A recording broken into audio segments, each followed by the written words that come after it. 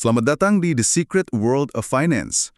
Oke, hari ini kita mau bahas sesuatu yang, lumayan bikin heboh ya di tahun 2025 kemarin. Kebijakan tarif baru dari Presiden Trump. Kita punya cukup banyak nih laporan berita, analisis ekonomi. Kita coba bedah bareng gimana sih langkah yang disebut Liberation Day ini, efeknya ke ekonomi dunia, dan ya ke kita-kita juga. Mulai dari tanggalnya dulu ya, 2 April 2025. Itu Liberation Day-nya. Trump umumkan tarif baru, cakupannya luas banget. Mulai dari 10% buat hampir semua negara, terus ada yang gede banget, kayak Tiongkok, kena 145%. Sekutu deket kayak Australia aja kena loh. Dan caranya ini, pakai status darurat nasional. Jadi, ya bypass Kongres gitu. Betul. Cakupannya memang luar biasa luas kali ini. Beda dari sebelumnya. Terus metodenya juga gimana ya? Agak keras, pakai ultimatum. Ada 14 negara dapat surat resmi. Intinya sih kasih konsesi atau siap-siap kena tarif 25% sampai 40% mulai 1 Agustus.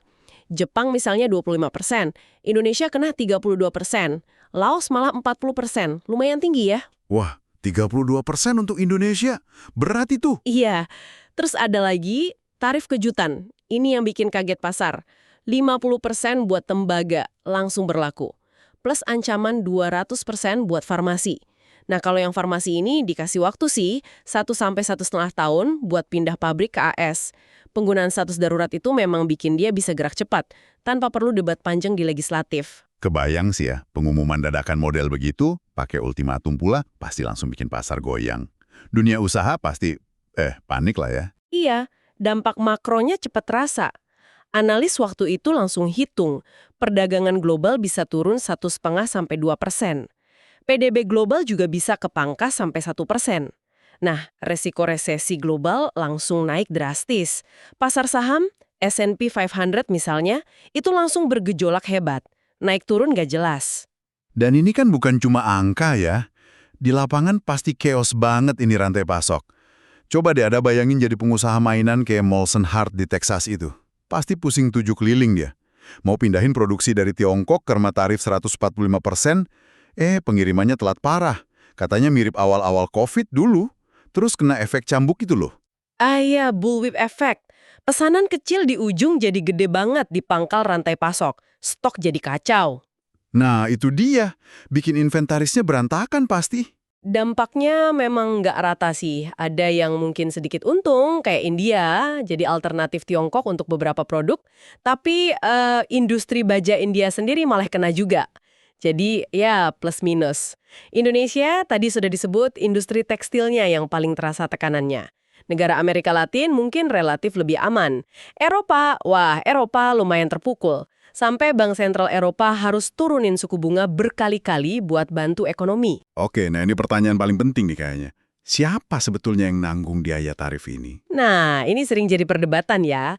Tapi analis kayak David K. Johnston itu cukup tegas bilang, yang bayar itu konsumen di negara pengimpor, bukan negara pengekspornya. Jadi kalau di AS, ya konsumen Amerika yang bayar. Artinya harga barang naik ya? Perabot, mainan, bahkan kopi sama pisang di kafe punya Trump sendiri kabarnya ikut naik juga. Iya, bisa jadi begitu. Estimasi kasarnya waktu itu, dampaknya ke keluarga rata-rata di AS itu bisa nambah pengeluaran sampai $3.800 setahun. Lumayan kan? Wow, $3.800. Besar itu. Betul. Dan ini sifatnya regresif. Artinya, keluarga yang pendapatannya lebih rendah itu yang paling kerasa dampaknya. Pengeluaran mereka buat barang-barang pokok kan lebih besar porsinya. Daya belinya bisa turun sampai 4% katanya. Belum lagi resiko kehilangan kerja. Ada cerita Mark Neff, sopir truk generasi ketiga. Gara-gara pelabuhan sepi akibat perang dagang, kerjaannya anjlok. Kadang seminggu cuma narik 1–2 hari. Kasian juga ya. Iya, efek dominonya panjang ya. Ada cerita lain nggak dari sisi bisnis? Ada beberapa. Misalnya Dan Turner. Dia punya perusahaan hidrolik. Cerita kalau biaya komponennya itu melonjak gila-gilaan. Dari sekitar $48.000 jadi $130.000. Gila kan? Sempat ada jeda tarif, turun jadi $70.000. Tapi ya tetap aja jauh lebih mahal dari sebelumnya. Pasti berat buat arus kas perusahaannya. Pasti. Atau John Ash, ini petani kedelai, dia sampai harus potong areal tanamnya sampai 50%. Gara-gara harga kedelai jadi nggak pasti akibat perang dagang, dia nggak berani tanam banyak-banyak. Jadi serba salah ya? Nah, kalau kita lihat dari sisi politiknya gimana nih? Pasti ada dinamika menarik di balik layar kan? Oh jelas, selalu ada tarik-menarik itu. Ada kubu penasihat yang garis keras, kayak Peter Navarro waktu itu, yang mendorong kebijakan agresif. Tapi ada juga suara-suara yang lebih moderat, yang mungkin lebih khawatir sama dampaknya ke ekonomi AS sendiri. Terus ada cerita menarik soal tekanan dari pasar obligasi. Sempat hampir krisis katanya, sampai akhirnya tarifnya itu sempat di-pause sebentar. Oh iya, jadi sempat mundur sedikit ya? Iya, tapi kemudian mundurnya itu dibingkai sebagai bagian dari seni bernegosiasi ala Trump gitu. Kritik terhadap dasar pemikiran ekonominya juga banyak sih sebetulnya.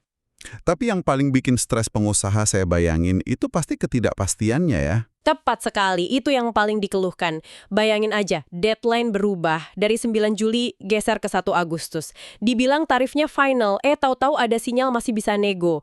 Kebijakan bisa berubah dalam hitungan jam, kadang lewat pengumuman di media sosial. Waduh, gimana mau bikin rencana bisnis yang kepanjang kalau gitu ya? Susah sekali. Makanya investasi jadi mandek. Pendukungnya sih mungkin lihat ini sebagai strategi canggih catur 4D katanya. Nah, Tapi ya kritikus bilangnya ini serampangan, nggak terencana, dan bikin rugi banyak pihak. Belum lagi sempat muncul juga kekhawatiran soal potensi ya main mata atau korupsi terkait penerapan tarif dan siapa yang dapat akses ke pemerintah. itu isu sensitif. Iya, dan secara geopolitik ini bisa jadi malah mempercepat pergeseran dunia ke arah multipolar. Beberapa negara mungkin jadi mikir, wah Tiongkok kok kayaknya lebih bisa ditebak ya kebijakannya dibanding AS saat itu.